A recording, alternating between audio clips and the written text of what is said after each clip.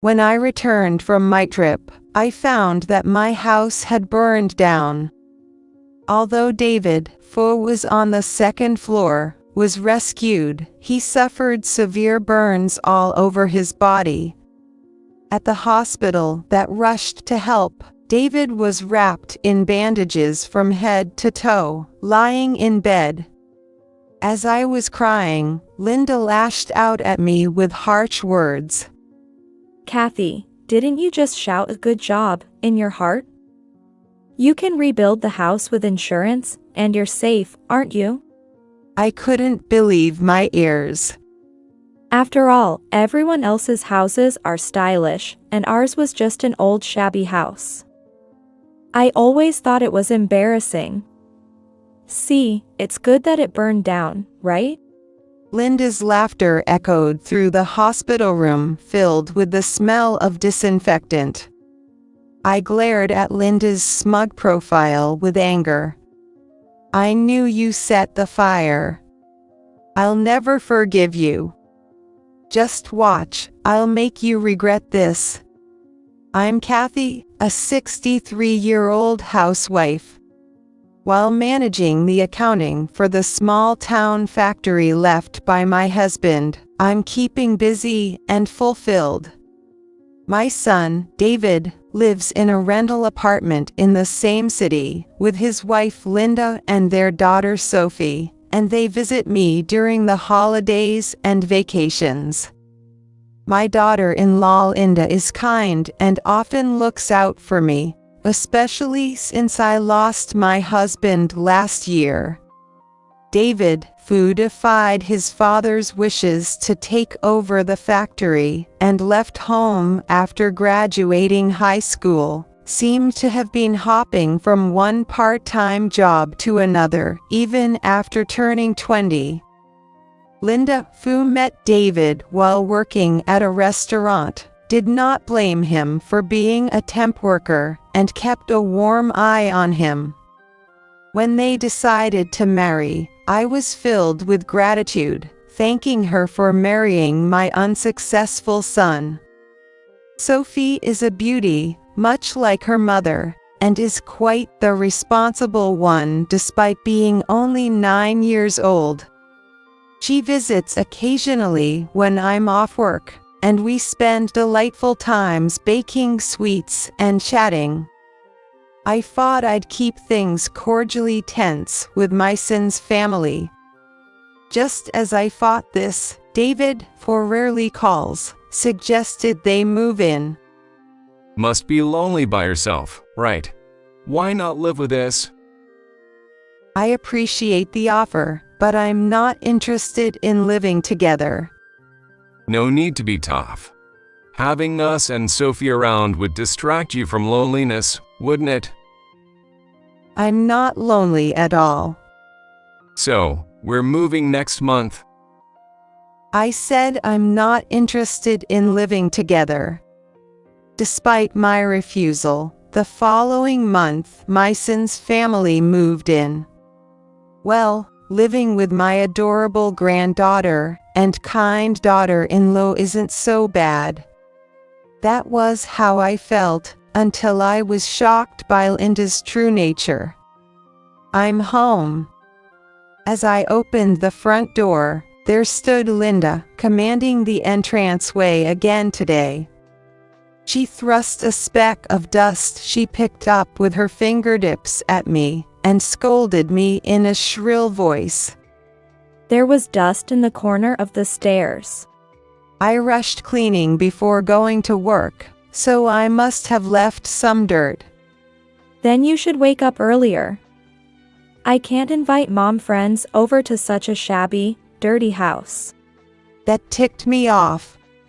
If she's a stay-at-home mom, she should clean it herself. Besides, while the house is a 30-year-old 2-story wooden building, it was renovated inside just 5 years ago, so there's nothing inconvenient about living here.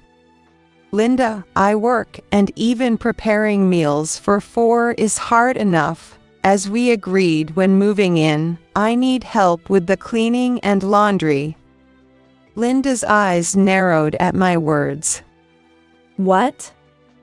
This is your house, Kathy. It's only natural that you do everything. Don't blame me because you can't cope. I lost the will to argue and fell silent.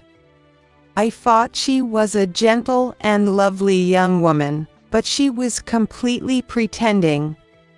The next day, as I was about to open my home gate, I felt a strong gaze on my back. Turning around, I saw Julia, my neighbor, staring intently at me while hanging an eco bag. I greeted her, and Julia frowned. People aren't always what they seem. Hop. I never thought you'd be the type to mistreat your daughter-in-law. Julia spoke with a tone of sympathy, blinking at me. Linda was in tears when she told me.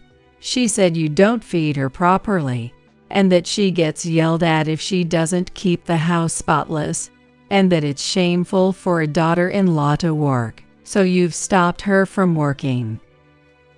I never said any of that. Julia looked at me suspiciously.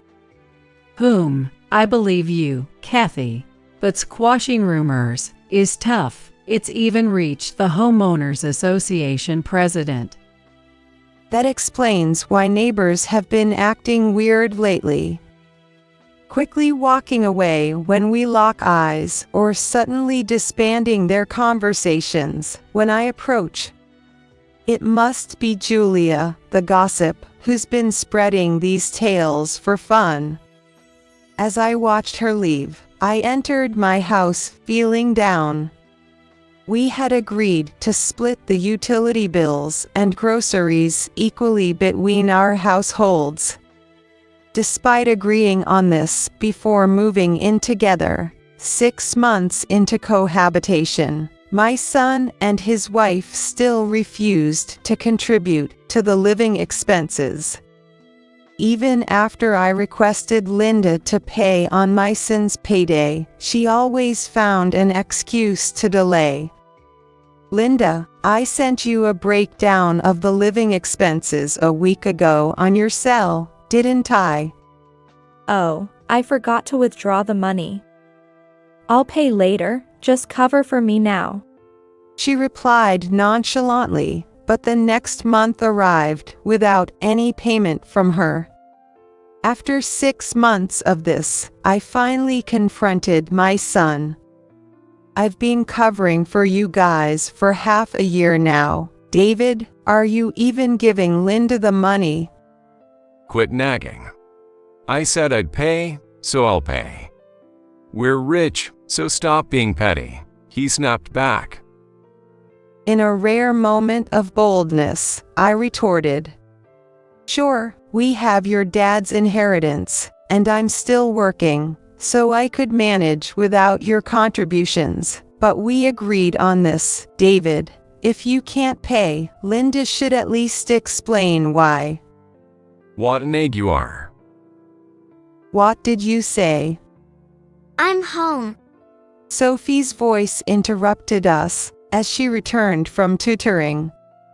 David greeted her with welcome back and went off to shower, temporarily halting our argument. But the problems didn't end there.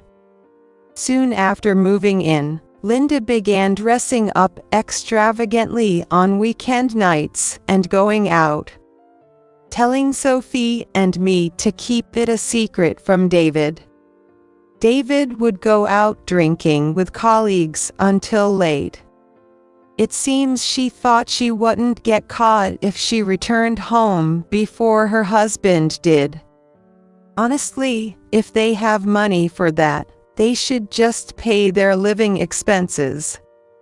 One evening after Linda had left, I was peeling potatoes in a gloomy mood when Sophie, washing potatoes beside me, muttered, Mom doesn't plan to pay for the utilities or groceries. I stopped peeling and looked at her. You heard your dad and me talking the other day. Yeah, I could hear it all the way to the parking lot. Sophie spoke calmly. Before we moved, Mom and Dad talked about it. Now that their annoying grandpa is gone, they plan to push into Grandma's house. If they live together, they save on rent, and if Grandma cooks and pays for utilities, they can live comfortably and spend the leftover money however they like. What? They plan to make me pay for everything from the start. Anger welled up inside me. Did they think of me as some kind of ATM with maid service? And Mom can't really do housework. When we were in the apartment, all we had was snack bread and ready-made meals, and she hardly ever cleaned. The only thing she did was laundry. So, Grandma, you shouldn't expect too much. I understand, Sophie, thanks for letting me know. I replied with a forced smile, resuming my potato peeling. It's sad to hear such things from her daughter. I even felt a bit of sympathy for Linda. On Friday evening, unusually cheerful, Linda struck up a conversation. Kathy, do you have any plans for this Saturday? I quickly fought back. Last month, when I answered her honestly, she immediately got angry. A trip to Boston? If you can afford that, why not give Sophie some pocket money? You're really thoughtless. I was upset, as she was the last person I wanted to hear that from, given she doesn't pay for anything. So this time, I decided to hide the truth. I'm just planning to relax at home. Oh, is that so? If you go out, please let me know. We have plans too. Plans? A twinge of anxiety hit me. Maybe I'll just mention the trip afterwards. After Linda left, Sophie came over with a burst of smiles. This Saturday, Mom and Dad are taking me shopping for clothes. We're going to the mall. It's been so long, I'm really looking forward to it. Her innocent smile was contagious. That's great. I hope you find some cute clothes. Yeah. I'll show you what I buy, Grandma. I felt relieved. I had been worried about Sophie, who is usually neglected by her parents yet is so responsible, lacking childlike fun. Her excitement about shopping with her parents was truly heartwarming. Then came Saturday. After Myson's family left, I too headed out.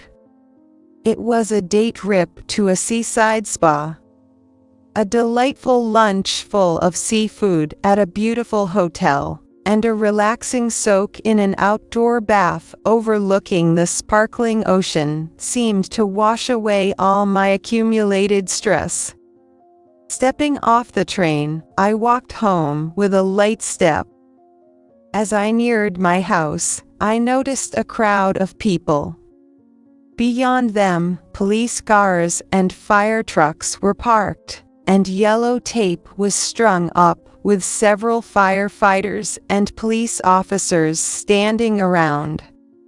I smelled smoke and realized there had been a fire nearby. I hope everyone in the house was okay. As I walked on, lost in thought, Julia stopped me with a surprised look. Kathy, weren't you at home? I was on a trip. Then it must have been David who was taken away in the ambulance. What? David went shopping. He came back to get something and got caught in the fire. They're saying it was arson. My heart skipped a beat. Pushing through the crowd, I introduced myself to a firefighter who then escorted me to the front of my house. I was at a loss for words at the sight before me. The two-story house with great architecture that stood just this morning was nowhere to be found. All that was left were charred pillars, soot-stained walls, and remnants of what used to be furniture. I knelt on the sidewalk, staring blankly at what used to be my home.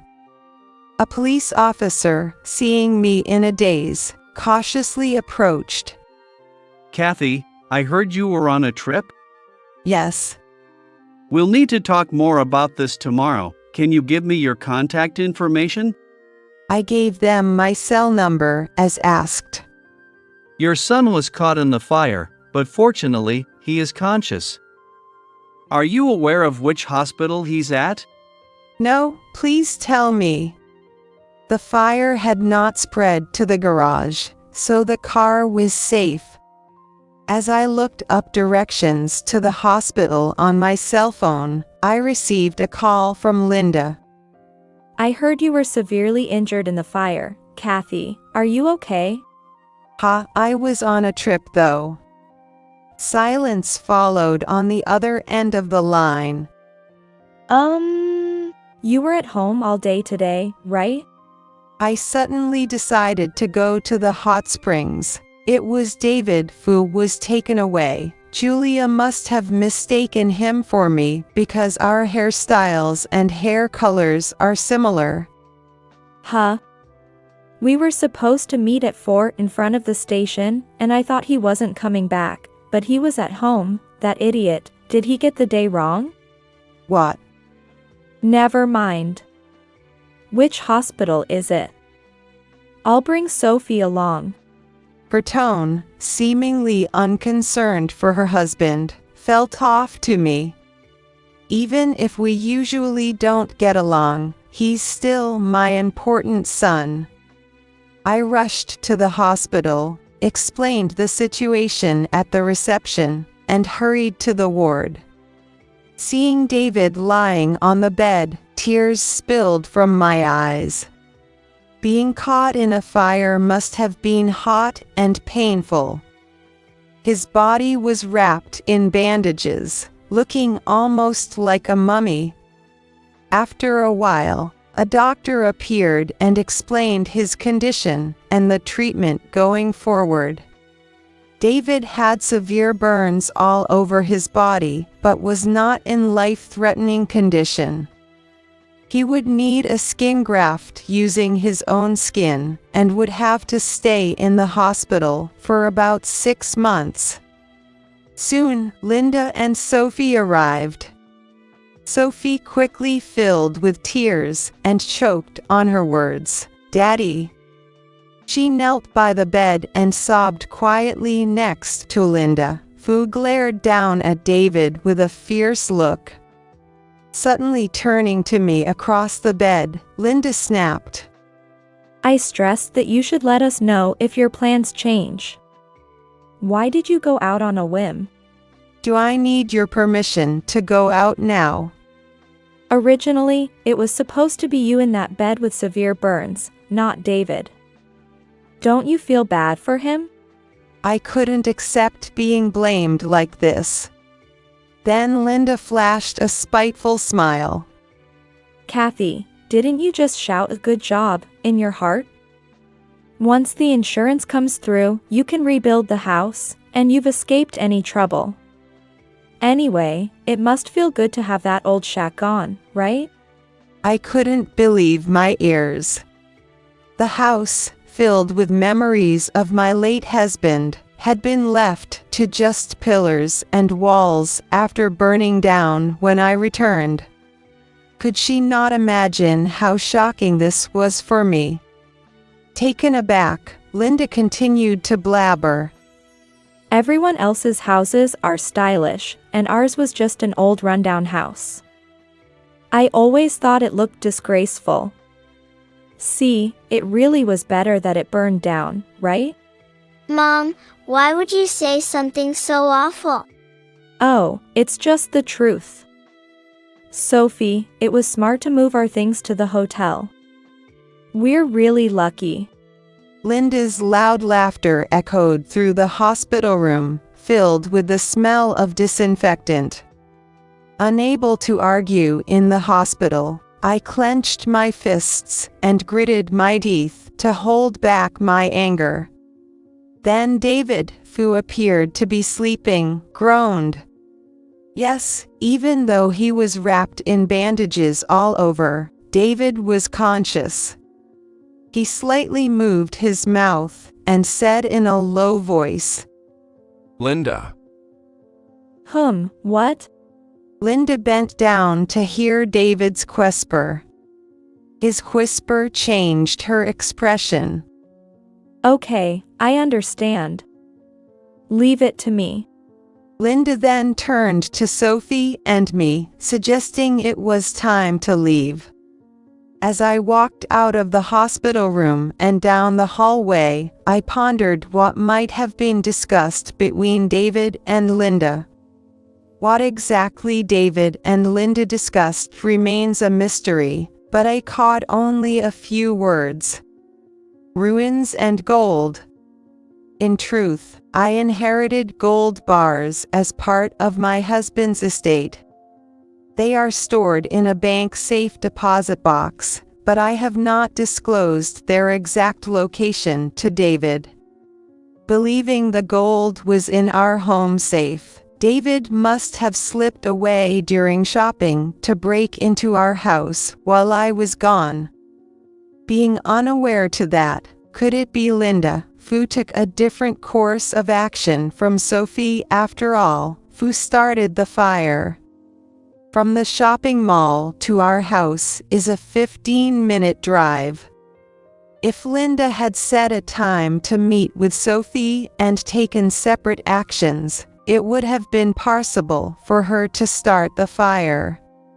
Linda's slip of the tongue about mixing up the execution day and how excited she appeared, mistakenly thinking I was involved in the fire and calling me. Judging by her further outburst of anger towards me at the hospital, there's no doubt to assume I was the intended target. David is the beneficiary of my insurance. Even if I had only suffered severe burns, a substantial sum in disability benefits would be deposited into David's account. As I felt dizzy from the shock, and my body burned with anger, it became clear. Linda set our house on fire aiming for the insurance money, even injuring David in the process, all while maintaining her composure. Moreover, using shopping with Sophie as a cover for her crime shows a complete lack of maternal instinct. Seeing Sophie's downtrodden expression and slow walk, my heart ached. The joy of their shopping trip had been utterly destroyed. I glared at Linda, filled with anger. I knew she was the one who had set the fire. I will never forgive her. Just you wait, I'll make you regret this soon. Considering how carefully Linda had moved her belongings to the hotel beforehand, it's clear she's the arsonist. The situation makes my blood boil, but I'll leave the evidence gathering to the police. First, I need to find temporary housing.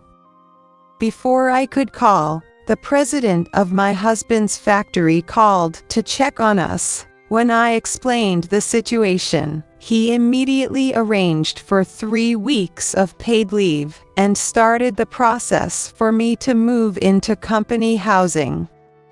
I reached out to Linda, but she said she'd stay at the hotel with Sophie, so I ended up moving into the company housing alone, pulling my suitcase behind me.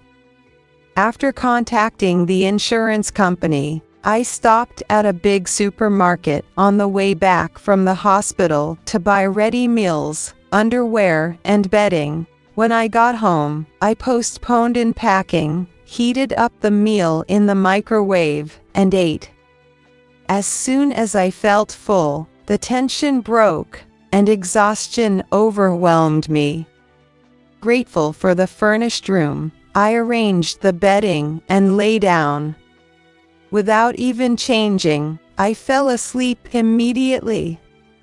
The next day was consumed with shopping.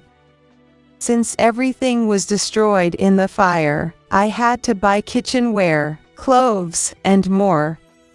Fortunately, I still had my driver's license, cell phone, wallet, and credit cards. While eating ice cream at the food court in the shopping mall, the words I had overheard from David and Linda's conversation the day before came back to me. On my way back to company housing, I stopped by the remains of the house and saw Linda digging through the ashes while on the phone. David, there's no safe here. The gold bars are supposed to be in there, right? Oh, it's time for Sophie's piano lesson. Yes, I can come in 4 days. I'll search again then. Hidden behind the neighboring fence, I listened to her conversation and was certain. They were indeed searching for the gold bars. They planned to take them without telling me. Well then, I'll make sure their welcome is quite grand. Smirking, I left the scene. 4 days later, when Linda arrived at the ruins, she encountered a group of neighborhood women whispering together. Hello, Julia, Barbara, and Amy. As she greeted them with a sweet voice, the group turned and grimaced at her. Julia, still frowning, spoke up. There was a rumor that you set the fire the other day. What? We were all deceived by your quiet appearance. It seems you're not who you appear to be, planning to burn down the house and collect the insurance money on your husband, weren't you? How scary. You knew David was there, and still you set the fire. What are the police doing? They shouldn't let criminals roam free. They should lock you up quickly. Surrounded by glaring faces, Linda was flustered.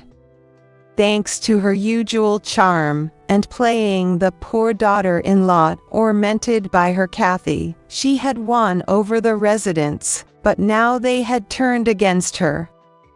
I wasn't trying to kill David. Her voice faded away, and from my hiding spot, I added, "Oh yeah, absolutely not. Kathy. Your real target was me, wasn't it? You set the fire thinking I was home." Linda froze. But soon, she forced a stiff smile. I don't understand what you mean. The safe, I moved it to the company housing on the day of the fire. I revealed, and Linda's face lit up. Are you coming now? Sure, I will. She replied, her voice filled with excitement, while I just gave a thin smile. When we arrived at the company housing, Linda's demeanor shifted dramatically from her earlier aggressive stance to one of earnestly apologizing to me. Kathy, I'm sorry. Actually, David told me on his sickbed to find the gold bars. He said they could be sold for money, so he planned to steal them amidst the confusion of the fire. That's why I was lurking around the ruins. But I didn't commit arson. Is this what you were looking for? I said, pulling out a silver dial safe from the back of the room, and Linda's eyes sparkled. She watched intently as I opened the safe, swallowing hard. But what appeared were bundles of old letters. These are letters my husband gave me before we were married. It was a good idea to keep them in the safe. Tisk, just trash. So where are the gold bars? They're in a bank safe deposit box. Guess you'll need to hire a thief. What a waste of time. I'm leaving, She said, starting to stand up, so I told her gently. Don't be in such a hurry, stay a little longer, the main event is about to start. What do you mean by main event?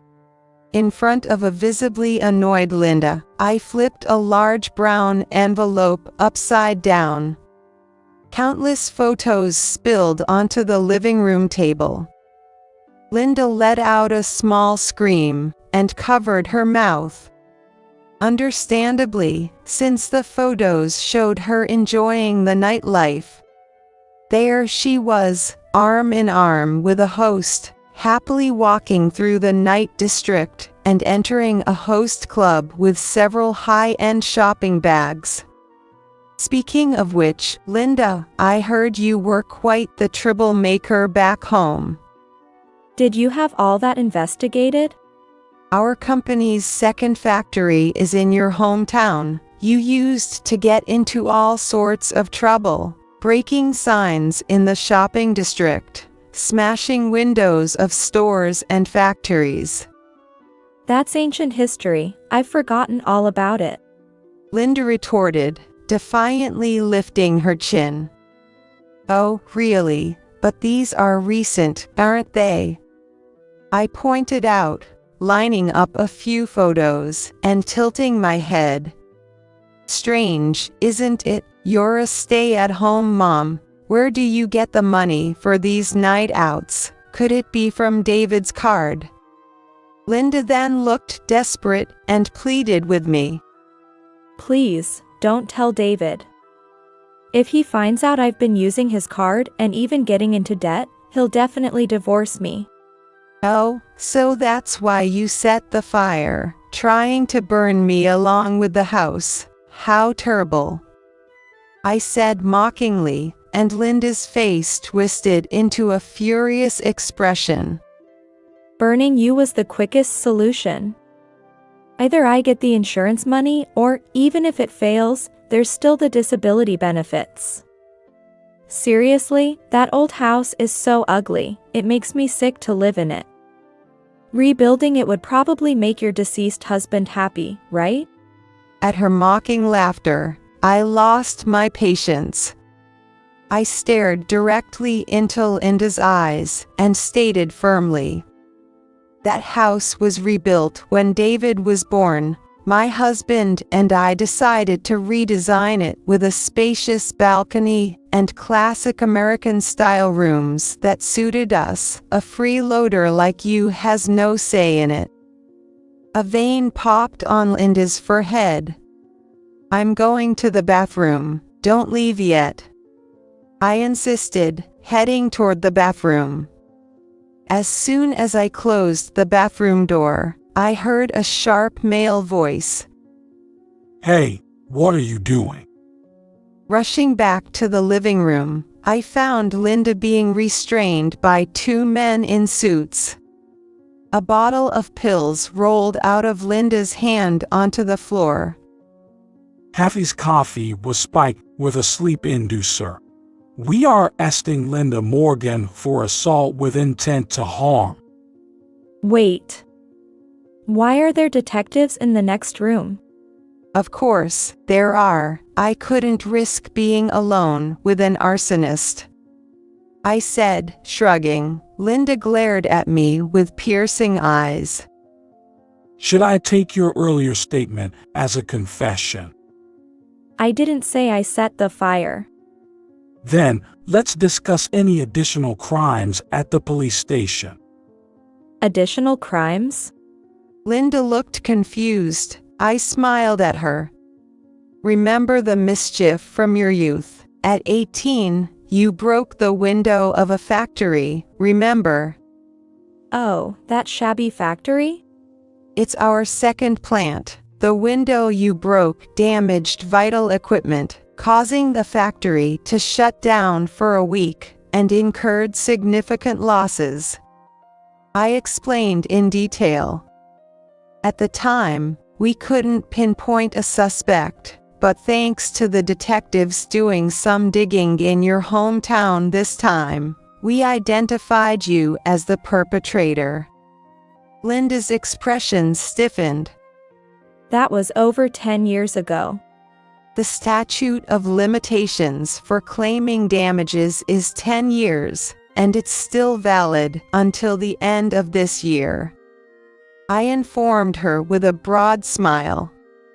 "How much do you suppose the damages and compensation will amount to?" "Maybe around $100,000.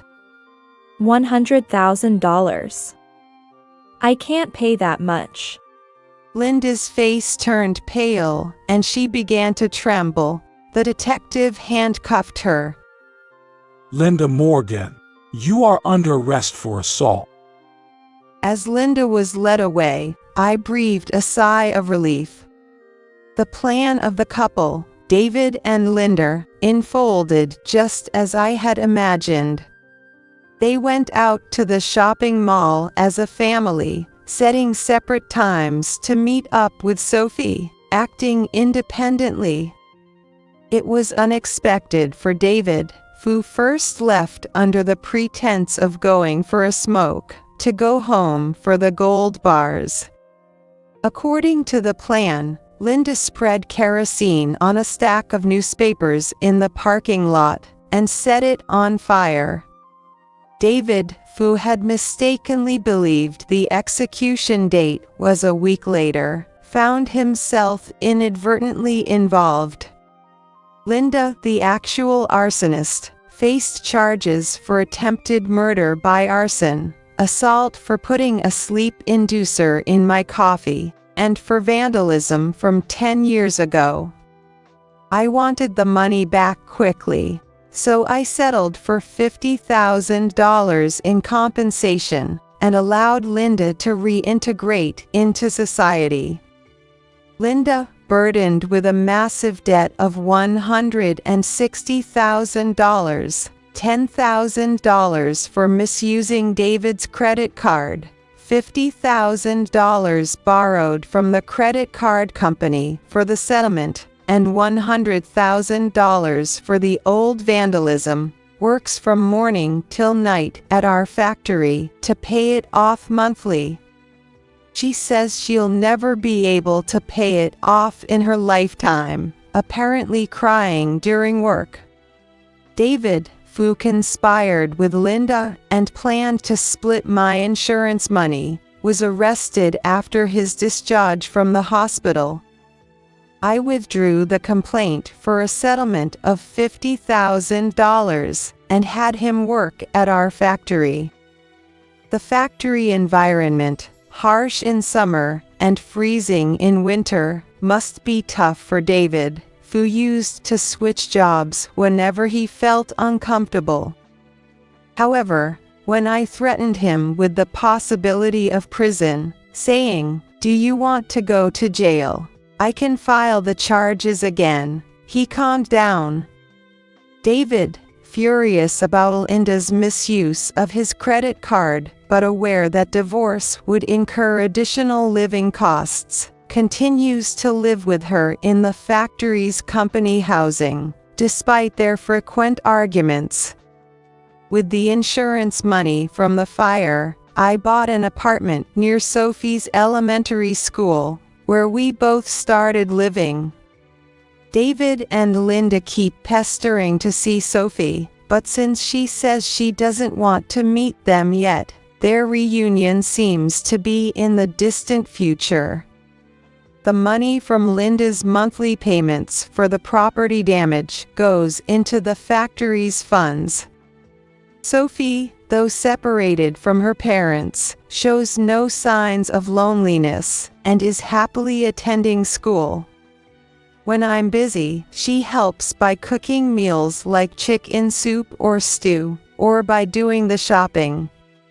Living with my adorable granddaughter has turned out to be more comfortable than I imagined. I plan to continue watching over the factory my husband left behind and living with my granddaughter.